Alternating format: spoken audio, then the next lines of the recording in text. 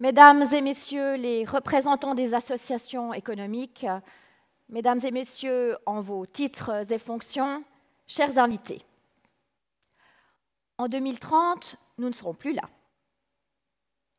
En 2030, nous ne serons plus là.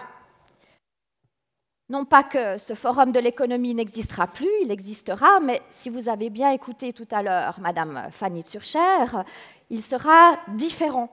Nous ne serons plus physiquement là, nous aurons peut-être simplement cliqué sur l'application dédiée pour nous connecter, nous aurons peut-être une puce informatique greffée dans notre cerveau qui nous projettera directement dans cette salle de conférence. Et alors, bienvenue au 37e Forum de l'économie vaudoise, bienvenue à Touxt, parce qu'en 2030, on dira Touxt. Bienvenue dans le métavers. En 2030, plus besoin de se rendre à 5 guichets différents pour créer son entreprise, plus besoin de remplir un millefeuille de formulaires administratifs, tous plus barbants les uns que les autres. En 2030, il vous suffira d'entrer dans une salle virtuelle de l'administration cantonale. Vous rencontrerez alors des avatars qui répondront aux questions de votre propre avatar. Et hop, en un clic peut-être, votre entreprise aura pignon sur rue dans le métavers. Et bien entendu, rien à voir avec les séances Zoom que nous connaissons aujourd'hui. Bref, pour certains, une vision séduisante de l'avenir, et pas pour d'autres. Alors, une administration décentralisée, plus proche de chacun, oui. Une numérisation sécurisée des processus pour simplifier la création des entreprises ou d'une start-up, alors oui, clairement. Mais je reste convaincue qu'il faut aussi une administration humanisée et pas humanoïde, totalement dématérialisée. Et puis bon, pour le un clic pour créer l'entreprise en 2030, là, je ne fais pas encore de promesses. Alors, le métavers, une vision séduisante de l'avenir, la question mérite de se poser. Difficile de prédire ce que nous réserve le futur. Mais c'est la même chose. Si vous demandez à nos parents, est-ce qu'ils auraient imaginé lire le journal sur leur téléphone plutôt que sur du papier? Quand j'étais ado, par exemple, j'envoyais des cartes postales à mes potes. Maintenant, même grand-maman envoie des photos au groupe WhatsApp de la famille qui contient jusqu'au 25e petit cousin.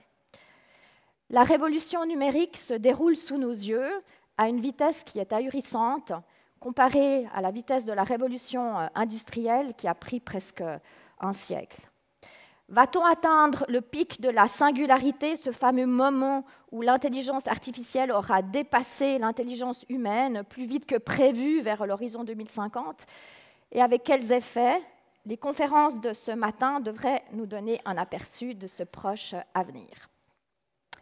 Mesdames et messieurs, c'est donc avec un très grand plaisir que je vous apporte les salutations du Conseil d'État vaudois pour l'ouverture de cette 29e édition du Forum de l'économie vaudoise.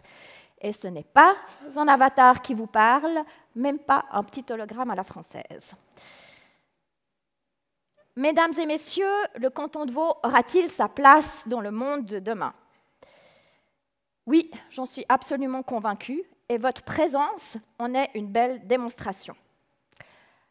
Dans ma vie précédente, j'étais membre du comité directeur d'économie suisse à Zurich, et nos amis zurichois pensent que le centre économique de la Suisse, c'est Zurich, mais encore pire, ils pensent que c'est le centre unique économique de la Suisse. Mais comme pour l'être humain qui a besoin de 2 poumons, notre pays aussi a besoin de 2 poumons, et l'arc lémanique est le second poumon économique de la Suisse. Ces 20 dernières années, notre PIB a augmenté de plus de 40%, amenant prospérité et emploi, 31% de plus de places de travail par rapport à 2005, alors même que nous avons traversé plusieurs crises, la crise des subprimes, celle de la zone euro, l'abandon du cours plancher de l'euro par rapport au franc, la guerre commerciale USA-Chine-Europe et la pandémie. Les Vaudois ont tous les atouts en main pour façonner le monde de demain. Nous comptons une des plus grandes densités et concentrations d'instituts académiques et de recherche en Europe et dans le monde, ceci en comparaison à la taille de la région et de la population. Une école polytechnique reconnue internationalement, un hôpital universitaire classé parmi les 5 meilleurs au monde, une université, des HES très réputées, sans oublier l'IMD et l'école hôtelière. Environ 10% de la population vaudoise, soit 80 000 personnes, sont actives dans le domaine académique ou dans la recherche. Sur nos terres se concentrent plus de 2000 entreprises high-tech, actives dans des secteurs de pointe tels que les sciences de la vie, les technologies de l'information numérique, la nutrition, les industries de précision, l'énergie et l'environnement. En tout, c'est plus de 60 000 personnes employées. Ces pôles regroupent savoir-faire, main-d'œuvre spécialisée et infrastructures de premier plan au niveau européen. Un constat s'impose donc, nous avons bien négocié le virage numérique et désormais, il faut transformer l'essai et éviter que d'autres places économiques ou des avatars venus d'ailleurs le fassent à notre place.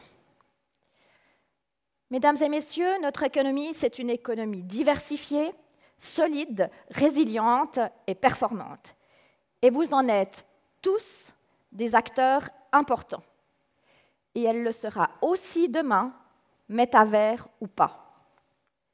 Permettez-moi donc de vous remercier pour toutes les activités que vous, entrepreneurs et représentants de l'économie de notre canton, développez chaque jour pour créer de la valeur, pour créer des emplois, pour assurer une très bonne qualité de vie à nos concitoyens. Le Conseil d'État œuvre chaque jour pour défendre fermement des conditions cadres qui soient fortes, des conditions qui vous permettent de développer notre économie. Une économie faite de grandes sociétés, certes, mais aussi et surtout de PME et d'artisans, et aussi d'agriculteurs et de vignerons que je classe dans les entrepreneurs. Des conditions qui doivent permettre à notre économie de rester concurrentielle dans un monde qui change. D'être concurrentielle lorsque l'intelligence artificielle sera partout. Bon, alors vous me direz, la ministre de l'économie, elle est au début de son mandat, elle est sur son petit nuage, tout va bien, elle nous dépeint un très joli tableau, mais il faut un petit peu redescendre sur le plancher des vaches. Oui, c'est juste. La réalité, c'est aussi une guerre sur notre continent, c'est aussi la crise énergétique. Vous et moi, nous savons que nous ne pouvons pas nous permettre des contingentements ou des délestages. Plusieurs d'entre vous avaient déjà pris des mesures pour réaliser des économies d'énergie à titre individuel et au sein de vos entreprises. Merci. C'est aussi à cela que l'on mesure la responsabilité dont vous faites preuve chaque jour en vous levant pour faire tourner votre entreprise. Je vous invite donc à poursuivre ces efforts et à prendre toutes les mesures nécessaires dans cette perspective. Le Conseil d'État agit aussi, d'abord en mettant à jour les plans de continuité au sein de l'administration cantonale vaudoise, ensuite en travaillant sur le rôle modèle de l'État, c'est-à-dire au sein de notre administration cantonale en prenant des mesures d'économie d'énergie importantes, et pour ma part aussi en travaillant étroitement avec les associations économiques sur ce sujet. Et cela a été dit, nous nous sommes déjà rencontrés pour mettre des différentes étapes en place. Tout doit être fait pour ne pas arriver au contingentement et au délestage. Le temps du Conseil fédéral est actuellement à l'information et à la communication. C'est bien, mais ça n'est pas suffisant. Et pour le Conseil d'État, je vous dirais que le temps est surtout à l'action. Churchill disait qu'un homme politique pensait pour sa prochaine élection, mais qu'un homme d'État pensait pour sa prochaine génération. Permettez-moi de reprendre la même phrase et vous changez le mot « homme » dans la première partie de la phrase par « avatar » et dans la deuxième partie, le mot « homme » par le mot « femme ». Vous voyez, on ne se refait pas, et la ministre de l'Économie a aussi le bureau de l'égalité dans son département. Je vous souhaite à toutes et à tous une très belle matinée tournée vers l'avenir.